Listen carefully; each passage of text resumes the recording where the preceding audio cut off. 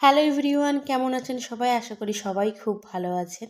আজকে আমি আর আমার হাজব্যান্ড মিলে দুজনে চলে যাচ্ছিলাম মালদা কার্নিভালে। তো দেখতেই পারলেন আমি গাজল বাস স্ট্যান্ড থেকে মালদা যাওয়ার জন্য বাসে উঠে পড়েছি। তো ওখান থেকে মালদা রথবাড়িতে এসে ওখান থেকে টোটো করে আমরা মালদা কার্নিভালে যাচ্ছি। আমি এই প্রথমবার কোনো কার্নিভালে যাচ্ছি, এর আগে কোনো দিন যাইনি। তা বেশ ভালোই লাগছে, মনে মনে অনেক আনন্দও হচ্ছে যে এই প্রথমবার যাচ্ছি। তো দেখতেই পারলেন আমরা টোটো করে এসে গেছি কার্নিভালের প্রায় মাঠটার কাছাকাছি। তো টোটোওয়ালা আমাদের ওখানে নামিয়ে দিল, আমরা হেঁটে হেঁটে যাচ্ছি। তো আমি আগে গিয়ে হেঁটে হেঁটে যাচ্ছিলাম, ও পিছনে ভিডিও করতে করতে আসছিল। তো এই দেখুন, ও বললো চলো তুমি আগে আগে, আমি ভিডিও করতে করতে যাই। তো চারিদিকে কত সুন্দর লাইটিং দিয়েছে, বেশ ভালোই লাগছে। তারপরে কার্নিভালের মাঠে ঢুকেই প্রথমে অনেক রকমের স্টল দেখতে পেলাম, ফুচকা স্টল, কেকের স্টল। আর কেকের স্টলটা আমি সচরাচর কোথাও খুব একটা দেখিনি, তো এই প্রথম দেখছি। হ্যাঁ, প্রথমই দেখছি আমি কেকের স্টলটা। এর আগে আসলে আমি কোনোদিন তো কোনো কার্নিভালে যাইনি, ছোটোখাটো মেলাতে গেছি, মেলাতে খুব একটা দেখিনি।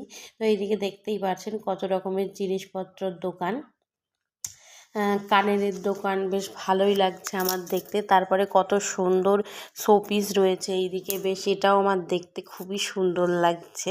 তারপরে এখান থেকে এই দেখুন কার্নিভালের যে স্টেজটা করা হয়েছিল কতটা সুন্দর, এই স্টেজটাতেই। ও হ্যাঁ, আর একটা কথা আপনাদের সাথে তো বলা হয়নি, আজকে এখানে রূপম ইসলাম আসছিল, তো ওর জন্যই আমাদের আসা।